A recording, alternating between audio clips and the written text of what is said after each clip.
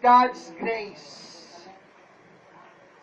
Ang resulta sa grasya sa Dios. Unsa kaya ang resulta sa grasya sa Ginoo sa atong kinabuhi?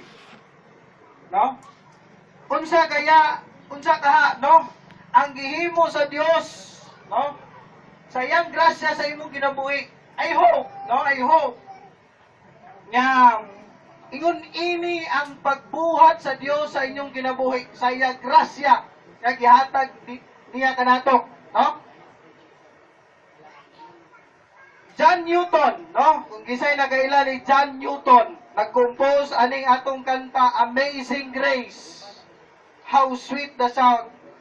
Kung sa inyo ang sa iyong baptismal 104, kinsay na baptismal dia. Tanawan ninyo yung baptismal 104 na siya. Ang nag-compose ni kanta si John Newton. Kini si John Newton, usa kini ka bukoy kay John Newton. Mo ni ingon niya Amazing Grace. Abi niya di na gid siya maluwas. Mo nang ningon siya grabe ang grasya sa Ginoo. Ana ug maupod si Apostol Pablo, no? Kung tanawon nimo ang Romans chapter 3, gi-describe ni Apostol Paul kung unsa ang tao ka makasasala. Di ba? Kung tanawon nimo wanang sa mga naibali, the prelude of sin. Tanaw ni mo nga, grabe ka makasasala. Pero, mo na nga sa Apostol Pablo kung lantawan na to, grabe gid siya na pagka-Kristohanon. No? Sa dihang nag-grow sa Diyos pag-alagad sa Ginoo, ingon niya, sa tanan nga makasasala, cheap daw siya. Pinaka-head, pinakalabaw daw siya sa makasasala. Imagine mo, grabe na iyang pag-alagad gyud sa Ginoo kung tanaw na to taas na ba nagtumbog gyud pero unsa ingon gyapon niya chip but pa sa ubos gyapon makas grabe gyud iyang paglamang sa sala pagtanaw niya sa Ginoo o ginaot no mga Kristohano ng bisan nagahamtong ang tanaw sa iyang kinabuhi makasala gyapon ikaw gyud perfect Ginoo man gyud unsa ingon na sabi nagpasulo ra na sa imo oy. No? Ipasulo pra gina sa Ginoo ang katarong ni Kristo Jesus. Ang kahayag, no? Si Jesus man, di man gyud ikaw ang kahayag, si Jesus man na. No? Wala nga ito, musabit ka. No? Musabit ka sa iya, ha? Sa Amazing Grace, wala ingon nila, ang grasya daw, ma-abuse. Amen. Inuod na siya. Unang dilit, Amazing Grace, how sweet the sound. Tanawan yung ang inyo ang himnal. Amazing Grace, how sweet the sound. Dili, how sour the sound, ha? Sweet. Dili, sour. How sweet the sound that saved a wretch like me. Ingon ni John Newton, wretch. Kumisgot ag wretch. Kasi bright dire. No? Kung i-translate gina nimo sa Bisaya. No? Grabe ka daotan. Grabe ka makasasala. Pero si John Newton, niya, that save a wretch like me. I once was lost, but now I'm found. Muna mga kaigsunan, muna ang topic na to, the result of God's grace. Dirita sa ambak na diri sa ambak na diri sa verse 3. Tanawa inyong himnal, tanawa. Though through many dangers, toils, and snares, I have already come. Timanin nyo ha. Through many dangers, toils, and snares, I have already come. And there is number 3 hapon. This grace, tanawa, this grace had brought me safe thus far. And grace will lead me home. Nasabtan nyo na mga kaigsunan. Kung sa daw, ang pag-alagad sa Ginoo through many dangers, toils. Danger toil, bisan sa Apostol Paul, grabe gyagihan. Maski pat yun pa siya. Grabe, kagutom, bagyo. Gyagihan niya. Sa iyan ang pagpangalagad. Muna na itong pinabuhi ng Kristohanon.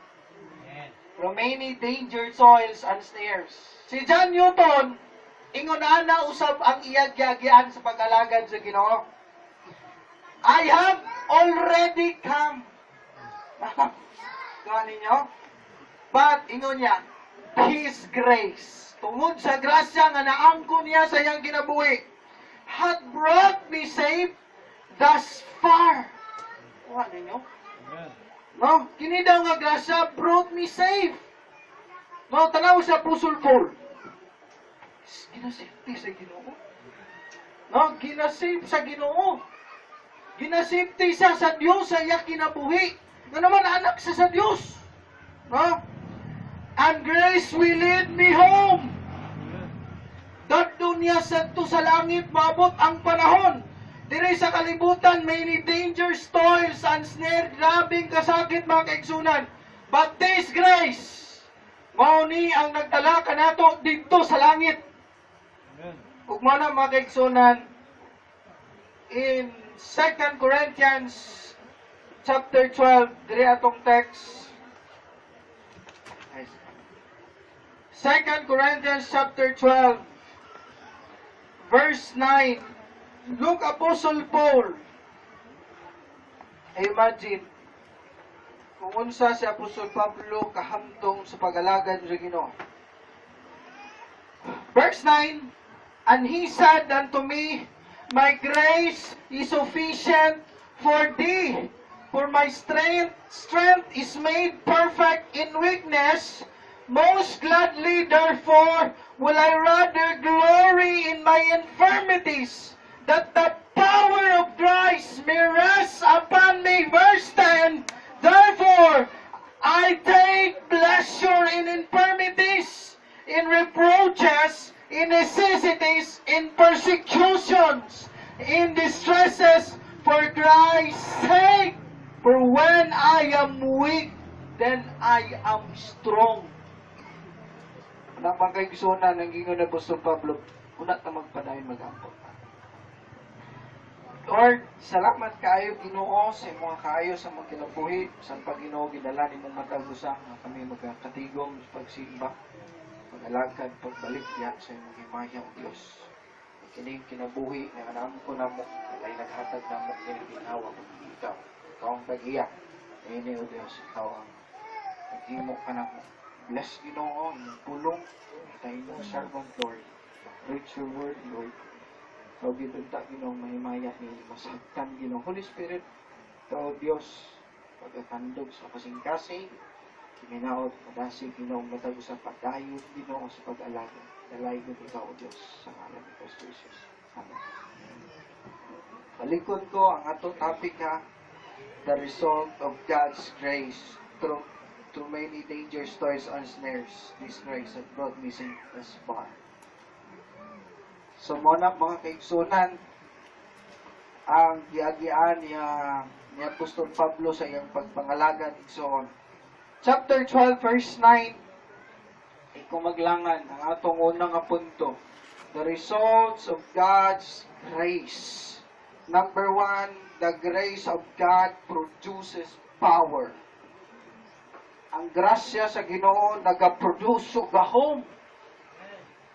Sa gingon una daan ni Apostol Pablo sa Roma 1:16. Isa daw dili sa igniya ikaw lang pulong sa Ginoo kay mo ni ang gahom sa Dios ngadto sa kaluwasan. So grasya man ang kaluwasan mga igsoon, nagdala kini gahom ug ang gahom magapangbuhat kanato. Ang gahom sa Ginoo, grabe sa transformation sa atong kinabuhi. Look, verse 9, and he said, unto me my grace is sufficient for thee, is made perfect in weakness. Most gladly therefore I rather glory in my infirmities, that the power of Christ may rest upon me. Tanaw, sabto nato daw, no? Sabton ginato, ingon ang Dios kang Apostol Pablo, ingon ang Dios kang Pablo. Una, si Pablo mihangyo kaniya, Lord, no? Kung nakita ninyo mga kaigsoon, Lord, kuhaan ni ang ako ang gibati. No? Nakita ninyo? Nga ingon niya, Lord, kuhaan ninyo ni ang akong gibati. Kapila sa mihangyo? Katulo. No? Katulo sa verse 8. I besought the Lord thrice. Katulo. Ngano daw, that it might depart from me. Mahawala ang tani sa kuha Ginoo. Kaya nga naman, lisod ka ayo. Uy, no? Kita nga anak sa Kristohanon, na igibati. May usahay, mga kapoy, no? Kanang gubin sa atong pagpangalagad. Nakabulong mo kaigsunan. Kang Apostol Pablo mga kaigsunan. Unsa ang giingon sa Ginoo siyang kinabuhi? Paul! Pablo! Ang grasya nako supisente. Ano supisente mga kaigsunan? Ayan, my grace is sufficient for my strength. Na ang kusog daw sa Dios is made perfect in weakness. Anang Ginoo, muna naghatag og gahom kang Apostol Pablo padayon sa pag-alagad. Sahay Kristohano. Yun sana magos Ginoo day. Tagaan manong og sakit. Kabulong amo mga kaigsunan. Tanawa sa Apostol Pablo.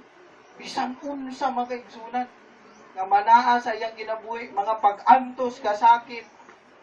Padayon pag-alagad. No? My grace is sufficient for thee.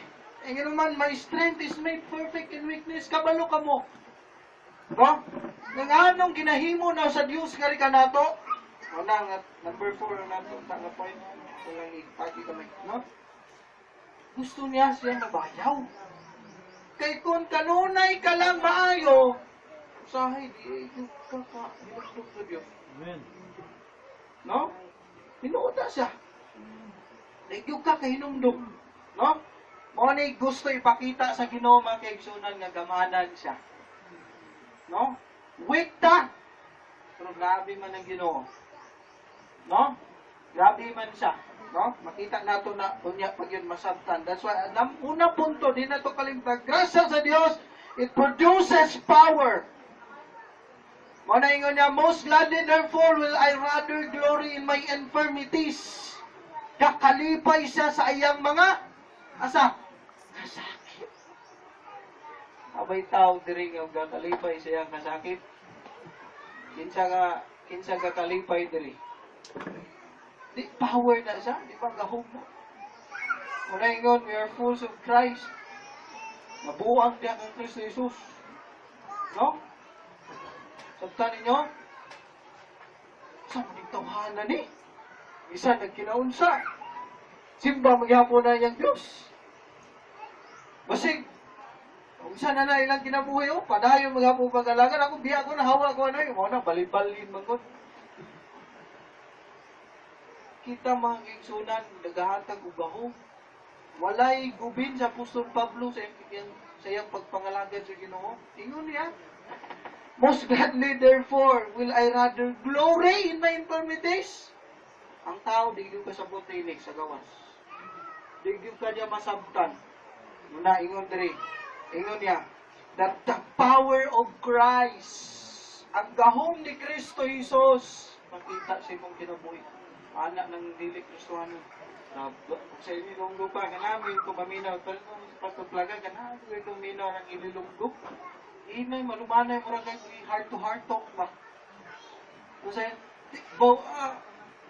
kanamit ani nga ano ba nga gakagidlay ng kabuhiya padayong gapon pag-alagad sa Diyos. Nga naman ang gahom sa Ginoo gusto makita, no? Gusto makita nga gamahanan siya. Wala di masabtan sa madili Kristohano, no? Dili gina masabtan. Number 2, ayaw pa man.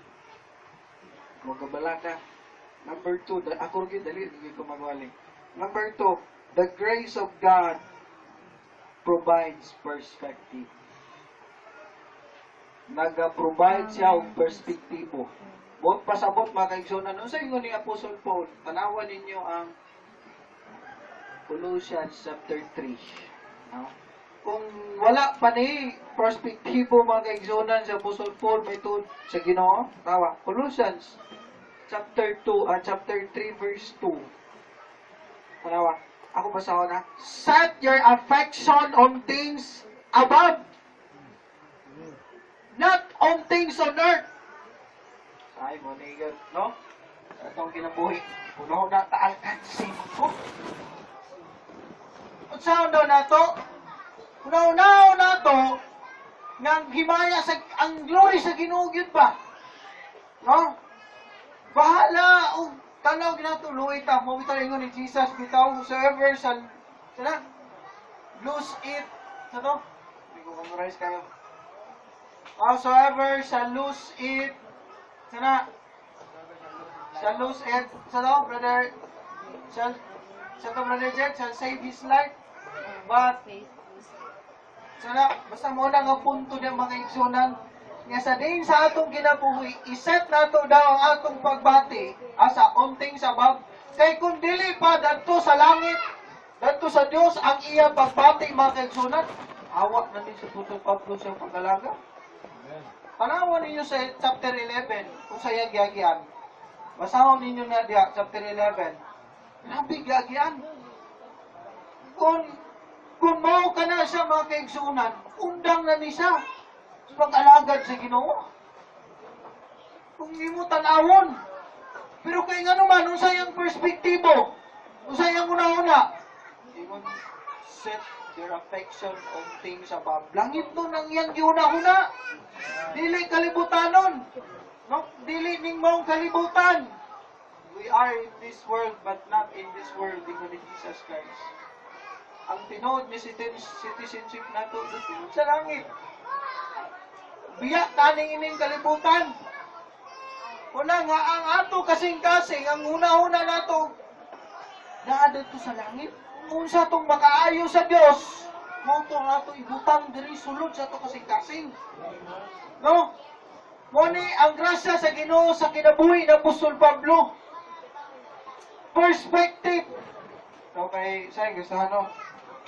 Ay, wamagit kay wala-wala, gitaron niya, alam mo. Ako, kabalo ka mo katong message ni Pastor Plaga. Ilang kung hindi ko mag-una-una. Kauna ko nga na, tapos kabalo ko estudyante, anak sa pastor. Nanibarog na pagkakustuhanon. Pa-imagine ako, sa simbahan. Ako, na, wala may makita. Sa, kainom mo sa istorya? Hindi ko na mag-imagine kung nga na ang tanong. Di ba, ino niya, graduation day, kasi na kayo nung naman itong wali masuktada. Gila mo, wala. Graduation day sa estudyante. Kapalo makaigsunan, sa graduation day ato, Domingo magito sa university ka graduation. Pero unsay ingon, sa estudyante, ma'am, di ko kapil anak, simba manggitid na mo. Simba manggitid na mo ko. Nga, unsay resulta mga igsunan, ang mga teacher, ingon, sa una to ni, ato estudyante, di kapil. Ato estudyante, di kapil sa itong revision. So, yun sa lang, gimok nila Lunes. Nga na lang kasi ito mga igsunan. Ang Ginoo, barog ka lang. Ay mo, pagto, huwag ito ng ang truth, consistent din na siya. Kamaturan mong kading ato ibarugan. No? Pinipulong sa Ginoo. Dapat kung gustuhan nun, baro, ito. Pero brown na ako, bisan gamay lang gani. Bisan pa gani, na-appointment niya, adlaw Domingo, sa'yo, okay na. Kahadlok pa na mabiyaan. Tinulong na siya. Or yun ba na, or maligo ba nagdagat, usa ba na siya, basta Domingo, give up yun. Kaya, asa ko lang importante, ikaw. Kanang maong bahin. Di ba? Barok lang yun ang gustuhan, no? Hindi ka na yun. Ang Ginoo, the word. So, ginawat ang atong perspektibo. Isa lang yun. Ang imaya sa Ginoo. Kalipay sa Ginoo. Dili ang atong kalipay. Kung wala yung Pastor Pero, kung ang atong munod, gani atong umanon, ay bigado kita. No? Ang Holy Spirit. Yes. Number 2.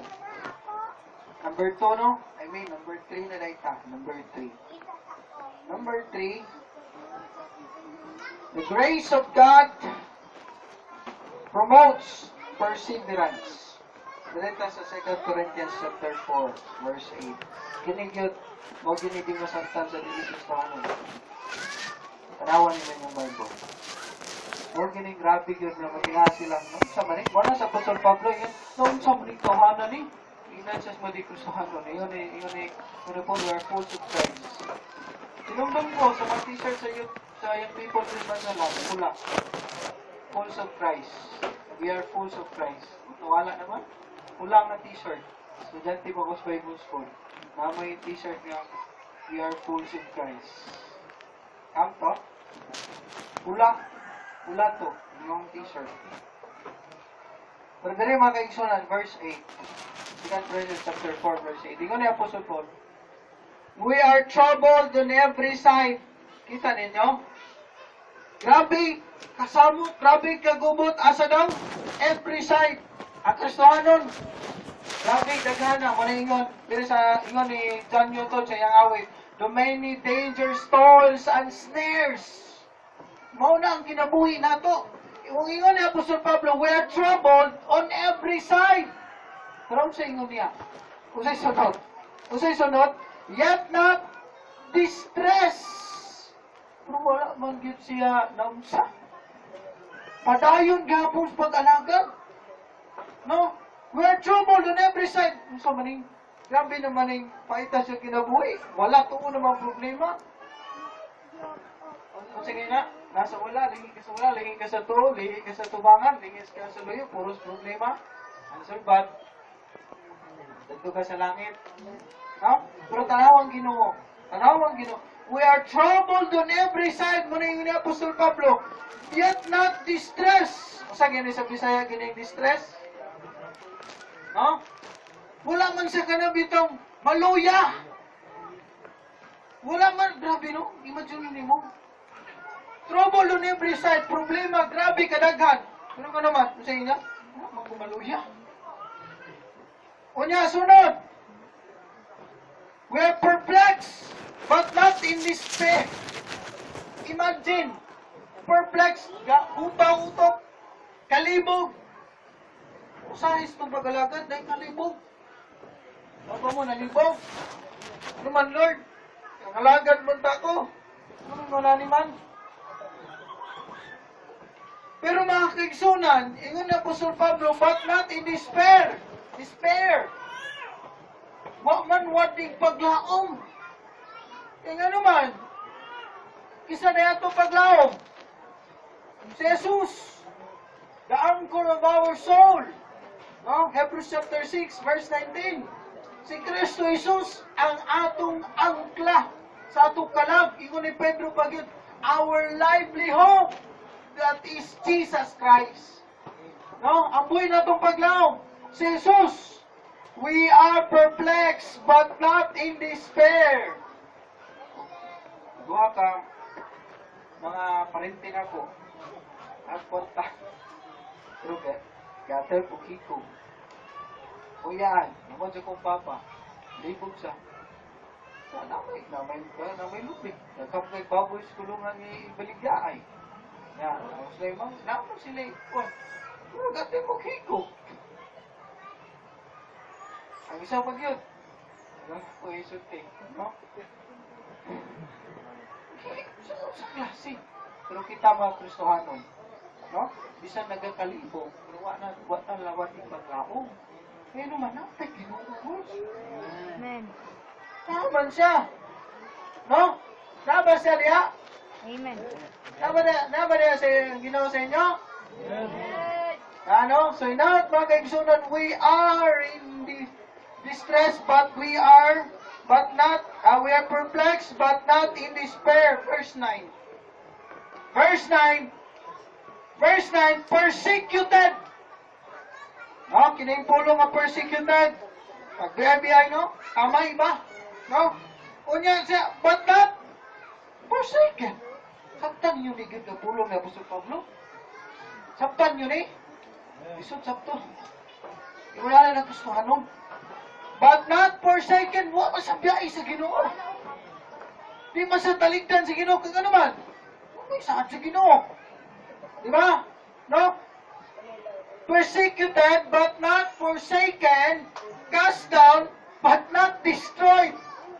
Imagine mo kaning boxing, na down ka. Bangon kanang big fighting spirit ba? Kickbox gyapon, away gyapon, ingudang-inguna na atong kinabuhi. Madam ta, pero dili kita, kuyapan. No? We are ingon niya. cast down, but not destroyed. Buto sa murag sinalikway ta, murag gikalimtan ta. No, pamilya ba na to? Tungod sa atong pagtulo karon, unsa ba diha? Pero ingon diri na Apostol Pablo mga kaisan, but not destroyed. Waman pa na unta. Ino man, grasya sa Ginoo nga nasa kinabuhi. Sa Jesus, naa sa atong kinabuhi mga kaigsunan. No? Sa Jesus nga naa sa atong kinabuhi. That is God's grace promotes perseverance. Ga-promote siya ang paglahutay. No? Padayon ang grasya sa Ginoo na dili na imo ha. Manapon nato ni, di na pinagi nimo sa imong kusog. Muna yung Apostol Pablo, then I am weak, I am strong. Isa na dyan, strong Jesus. Miligaw. Last na yun. No, last. The grace of God promotes praise. O ning pinakanindot mga igsunan sa atong kinabuhi. Kaya naghatag ka na to power, perspective, perseverance, o ginaot nga ang Ginoo mao'y magayid nato. Amen. No? Promotes praise. Ug mao na mga kaigsunan. Verse 1 Corinthians chapter 4 verse 7. But we have this treasure in earthen vessels, that the excellency of the power may be of God, not of us. No?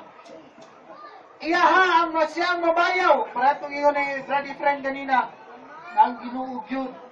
Wala itong pasidunggat sa atong ihimo. No?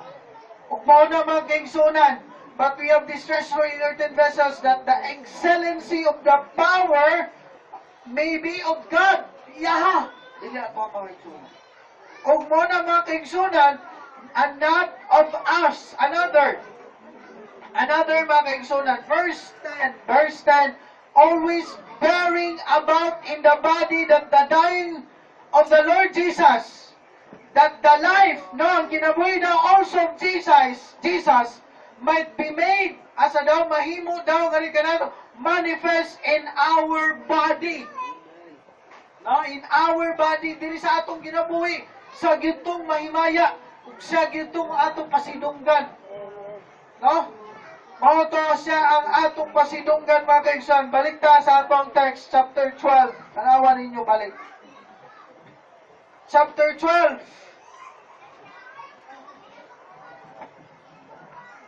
Verse 9 to 10. Balik ko na kung basa. And he said unto me, my grace is sufficient for thee, for my strength is made perfect in weakness. Ano ingon sa Ginoo kang Pablo? Ingon niya, Pablo, ang grasya na ako suposinte, kaya nga akong kusog, mahimo. Diya nga perfect, no? Diya sa imong kaluyahon, ingon niya, most gladly, therefore, will I rather glory in my infirmities, nagahimaya sa Apostol Pablo, sa iyang kasakit, nga iyang naiguman, that the power of Christ may be rest upon me.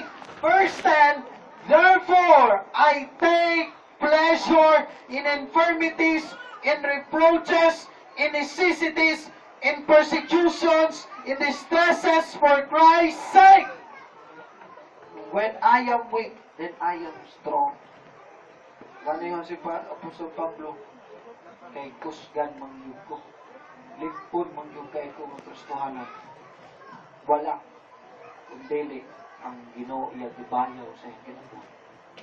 No? Hinao sa atong kinabuhi.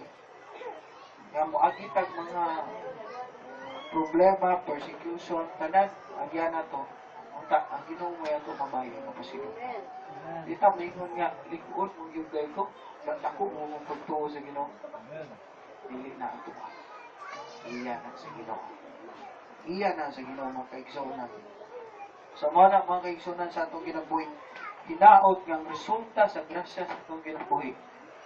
Ang Ginoo ang mabayaw dito. No? Ang Ginoo ang mabayaw sa grasya, ang ihatag niya kanato. Again, balik ta sa himnal na to. I bless mong ibaning kinabuhi ni John Newton. Kaya nagunaw na gini sa bitaw nga digit sa maluwas, tungkol siyang pagkadautan. Pero grabe ang grasya sa Ginoo sa iyong kinabuhi. Miskin sa apostol po. Kung sa ito na apostol po, I am the least of the apostles.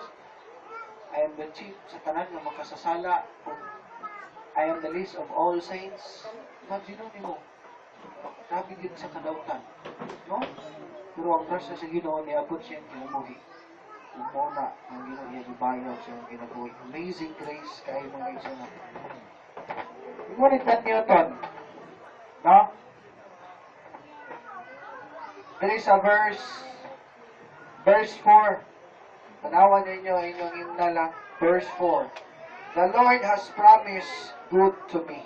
Ingon ni John Newton, nagsada ang Diyos sa iyang mayo. His word, my hope secures. Ang pulong sa Ginoo, naghatod kaniya kasiguruhan. Muna, nakanato makaigsunan. And again, this is verse 4. He will my shield and portion be as long as life endures. Kinsa daw? Panalipod niya. Ginoo. Muna ang iyang testimonya sa iyong awit. No? Last! Dito magkuman. Verse 5. Not inuning namnamon kining mga pulong naging ni John Newton. Lamig kay message niya. When we been there 10,000 years, bright shining as the sun, there is a last praise niya. With no less days to sing God's praise than when we first began. Sukad nga nadawat niyang grasya sa iyang kinabuhi. With no less days to sing God's praise. Tinaot, sukad nga nadungga nato, nadawat nato kaluwasan sa atong kinabuhi. Nga pinaagi kang Kristo Jesus, mutuo kang Jesus, mahinulso siya mga sala. Kasulod siya kasing si Kristo Jesus. Na ang kaluwasan. Pag ginaot, sukat niya na nga panahon. Wala na ang paghunong sa pagdahig mo sa ginawang pagbalig sa.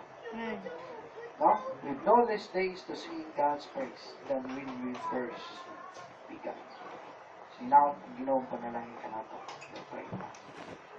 Ginawang Diyos, salamat sa imong pulong. It's all by your grace, Lord, na among kinabuhi. Kung Ginoo, not of my works, our works, Ginoo, to save us. Apan Ginoo, tungod lang sa imong grasya. Kiniya grasya, Ginoo, nagapanlihok sa among kinabuhi. Sa diyang naangko na mo bisan pa Ginoo ang kinabuhi ng suhano, malisod, pag-antos, Lord, imong pulong na saan, dili pang biyak. Nasa kanangan sa mga pila. Pagluwi pa kayo, Diyos. Nanunay sa imong pulong. Kami, Diyos, magatukugin sa kahibalo sa grasya. Kaya kung dili diya sa grasya, Ginoo, among kinabuhi, dili kinitulid. Sa Ginoo, pagluwi kami sa imong mga pulong. Alay ko ikaw, na ikaw panalangin kung matapos sa anak Jesus Christ.